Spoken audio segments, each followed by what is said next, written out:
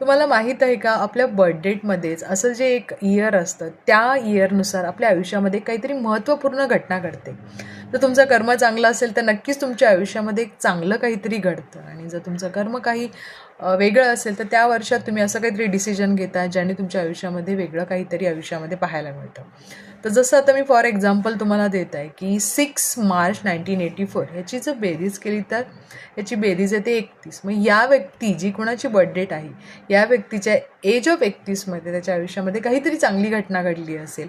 Like त्याला job लागला असेल, किंवा लग्न झालं असेल, किंवा एखादं मूल झालं असेल, किंवा काहीतरी असं चांगलं झालं असेल आणि त्याच्या जीवनाला एक वेगळी चांगला रस्ता मिळाला असेल. तर प्रत्येकाच्या आयुष्यामध्ये असं एक लकी हे असतं की लकी इयर असतं.